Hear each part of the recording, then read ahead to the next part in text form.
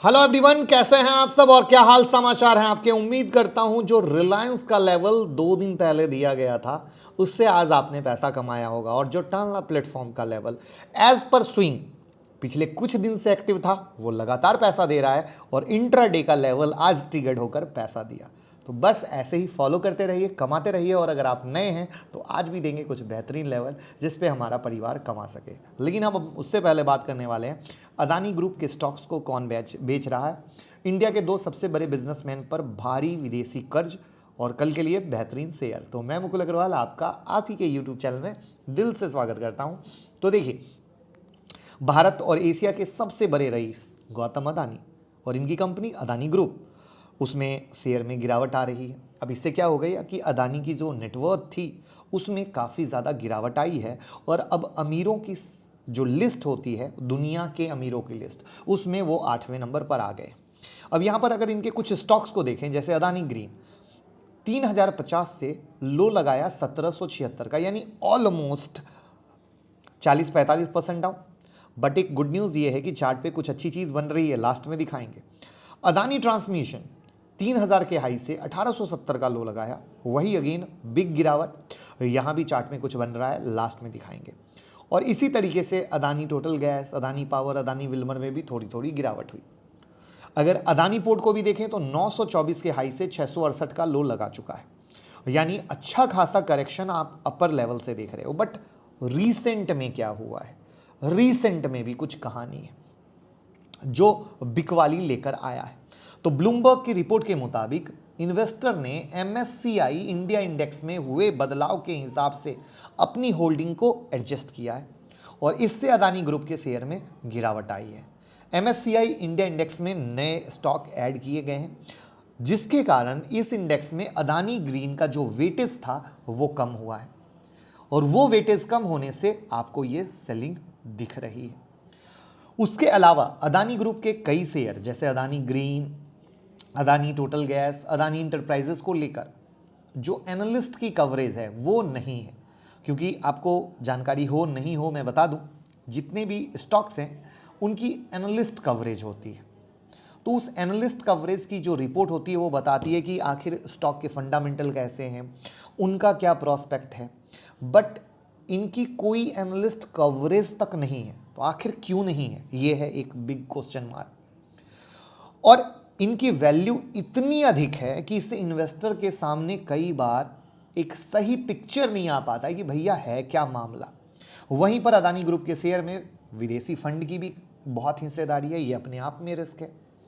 अगर अधिकांश शेयर कुछ ही लोगों के पास होगा तो पब्लिक फ्लॉट क्या होगा, प्रभावित होगा और बहुत आसानी से वहां पर तेजी मंदी क्रिएट की जा सकती है। अब यहां पर चूंकि एनालिस्ट का कवरेज नहीं है तो शेयर के बारे में कुछ भी ग्राउंड लेवल की जानकारी रिटेल इन्वेस्टर तक, रिटेल भाई तक नहीं पहुंच पाती है। और जब इन शेयर की आप एनालिसिस सेक्टर से करते हैं, यानी सेक्टर कंपेयर जो होता है, सेक्टर एनालिसिस, पीयर एनालिसिस, तो वहां पर वैल्यूएशन में आपको जमीन आसमान का फर्क दिखता है।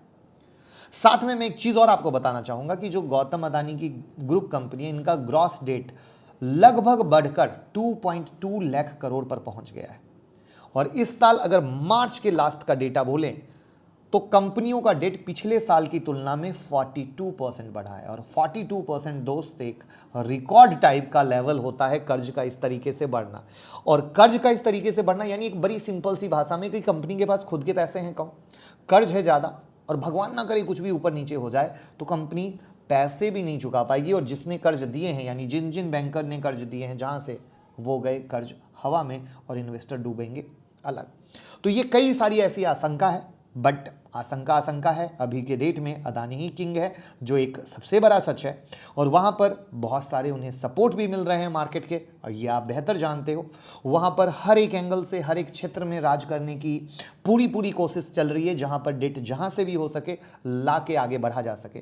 तो ये आने वाला भविष्य बताएगा कि क्या सिर्फ इस सरकार के ही राज में ये ग्रो हो पाता है, या अगर सरकार बदलती है तो चीज़ें बहुत तेज़ी से बदल जाएंगी। वो एक बहुत सारा डर एनालिस्ट के बीच में बैठा हुआ है। तो ये तो वक्त बताएगा, बट अभी इतना ज़रूर है कि कंपनी अपने इन्वेस्टर को भी रिटर्न भर भर के दे रही है। ये बात अलग है कि जिन्होंने ऊपर में लिया वो फंस गए, उन्हें काफ़ी नुकसान हुआ, बट यही है एक मार्केट जहाँ पे हमें यही चीज़ों को समझते हुए जानते हुए इन्वेस्ट करने की ज़रूरत है। लेकिन चार्ट में भी कुछ कहानी है जो मैं आपके साथ ज़रूर शेयर करूँगा। वैसे आपको क्या लगता है, अदानी ग्रुप के शेयर में ये एक सच में बबल है या ग्राउंड लेवल पे मजबूत है? कमेंट बॉक्स में ज़रूर बताइएगा। यहाँ पे एक चीज़ मैं फिर से क्लियर कर दूं जो हमेशा बहुत लोगों को कन्फ्यूज़न रहता है। अदानी ग्रुप के शेयर में मैं कभी इन्वेस्टर नहीं हूँ। अदानी ग्रुप के शेयर में मैं हमेशा स्विंग ट्रेडिंग करना पसंद करता हूँ, क्योंकि क्विक पैसा बना निकाला, बाद की कहानी, बाद का रिस्क कोई लेना देना नहीं, मतलब टेंशन फ्री लाइफ। अब हम बात करते हैं इंडिया के दो सबसे बड़े बिजनेसमैन पर भारी विदेशी कर्ज। अब अगर देश के सबसे अमीर कारोबारी की लिस्ट हम देखें तो मुकेश अंबानी और गौतम अदानी आते हैं, और वहां पर एक रिपोर्ट की माने तो as per report date on Adani and Ambani बहुत भारी विदेशी कर्ज है, और इसका खुलासा बैंक ऑफ बड़ौदा की ओर से भारतीय कंपनियों को लेकर हुए विदेशी कर्ज को एक रिपोर्ट जो जारी की गई थी उसके आधार पर है। इस रिपोर्ट में आरबीआई से उपलब्ध डेटा के हवाले से कहा गया कि इंडियन कंपनी की ओर से लिए गए कुल विदेशी कर्ज में अदानी और अंबानी की कंपनी की हिस्सेदारी हर $5 में $1 की है। यानी एक भाषा में कहूं, ₹5 विदेश से कर्ज में आ रहे हैं तो ₹1 सिर्फ इन दोनों का है। तो बाकी इतना बड़ा हिंदुस्तान, इतने अदर बिग बिजनेसमैन, लेकिन 5 में से एक मोटा हिस्सा सिर्फ यही रख रहे हैं और बाकी वैसे। अब कहानी क्या है, तो रिपोर्ट में यह बताया गया कि फाइनेंशियल ईयर 21-22 में भारतीय कंपनियों ने विदेशी कर्जदाता से $38.2 बिलियन, यानी इंडियन करेंसी में बात करें तो 2.9 लाख करोड़ रुपए का कर्ज लिया। इसमें से मुकेश अंबानी की जो कंपनी है, जो गौतम अडानी की कंपनी है, उन्होंने 63,000 करोड़ का कर्ज लिया, यानी एक मोटा हिस्सा इनके गया। अब आपके दिमाग में एक सवाल आ रहा होगा कि ये पैसा ये चाहते तो इंडिया से ले सकते थे, बाहर से क्यों लिया? तो यहां पर जनसत्ता की रिपोर्ट के मुताबिक ये कर्ज कंपनियों को भारतीय बैंक से लिए गए कर्ज की तुलना में सस्ता मिलता है। यानी अगर आप इंडिया में इंडियन बैंक से कर्ज ले रहे हैं और आप विदेश से कर्ज ले रहे हैं तो विदेशी कर्ज आपको सस्ता पड़ेगा, क्योंकि जो विकसित देश है वहां पर विकासशील देश की तुलना में इंटरेस्ट रेट कम है, और वहीं पर कंपनियों को सस्ते एक्सचेंज रेट का भी फायदा मिलता है।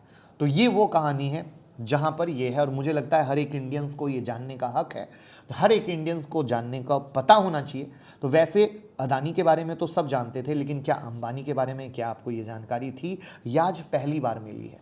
कमेंट बॉक्स में ज़रूर बताइए। कल के लिए बेहतरीन शेयर पर उससे पहले एक रिक्वेस्ट रहेगी, भाई वाली रिक्वेस्ट, कि अगर आपको लगता है कि आपकी लाइफ में 1% का भी वैल्यू एडिशन कर रहे हैं तो प्लीज़ वीडियो को ज़रूर सोशल मीडिया पे, चाहे फेसबुक हो, व्हाट्सएप ग्रुप हो, इंस्टाग्राम हो, जहाँ भी आपकी रीच है, लोगों के साथ ज़रूर शेयर करें, जिससे कि अगर आपको 1% का भी फायदा हो रहा है तो दूसरे लोगों को भी हो, और उनकी दुआएं सबसे पहले आप तक पहुंचेंगी और फिर मेरे तक, और दुआओं में बहुत ताकत होती है। लेकिन ये रिक्वेस्ट सिर्फ उनसे है जिनको लगता है कि आपका भाई आपके लिए काम कर रहा है।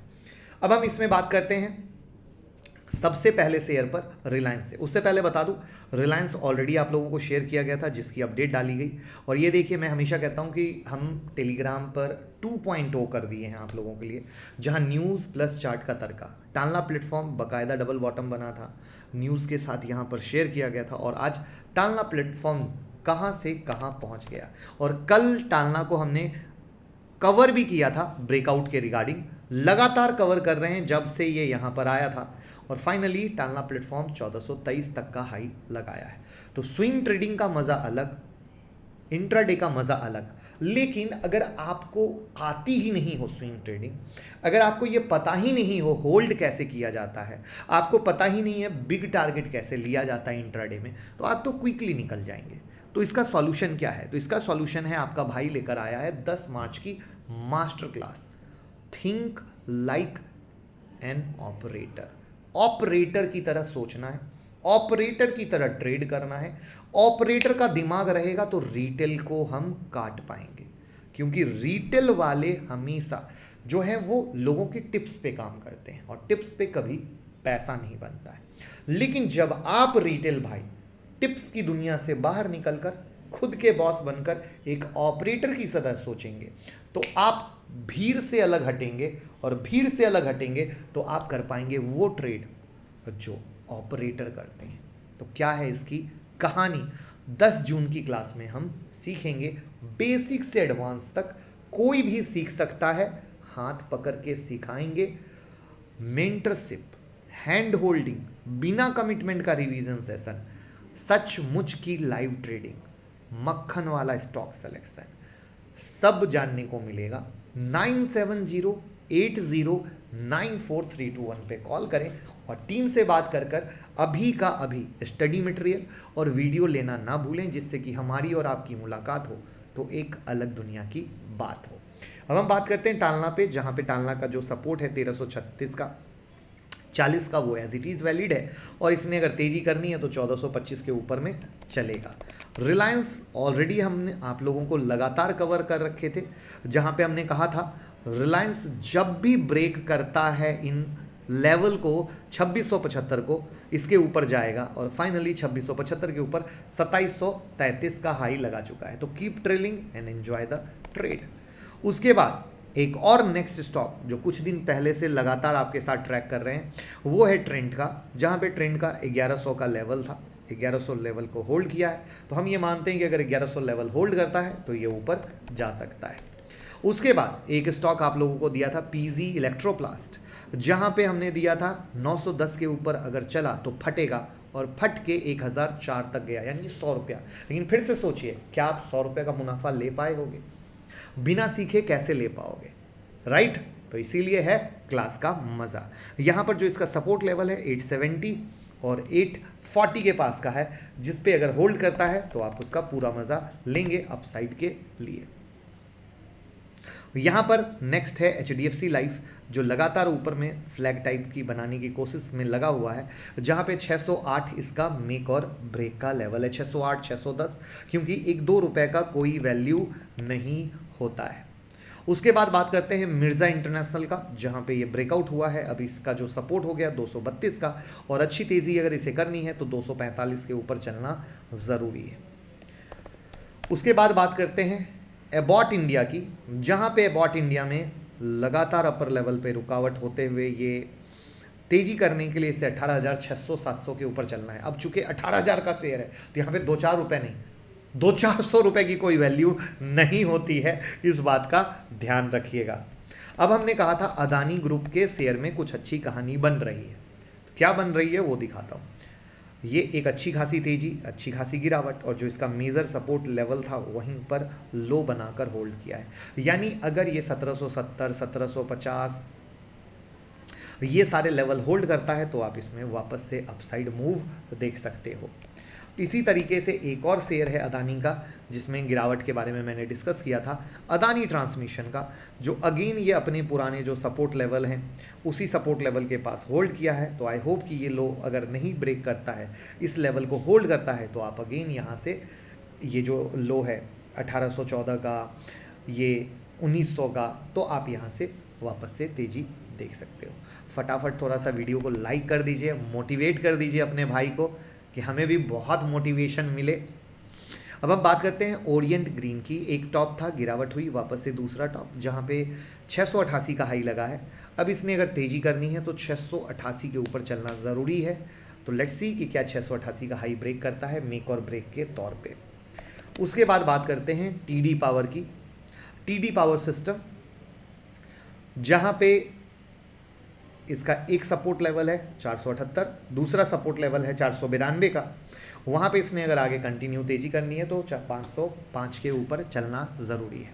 और जैसा कि मैंने प्रॉमिस कर रखा था मैं ट्विटर और टेलीग्राम पे 2.0 चार्ट शेयर करने का, तो आज टेलीग्राम और ट्विटर पे हमने डिलीवरी का चार्ट शेयर किया था, जिसमें ब्रोकिंग हाउस ने आउट परफॉर्म की रेटिंग दी है और वहाँ पर इस शेयर में हुई है तेज़ी।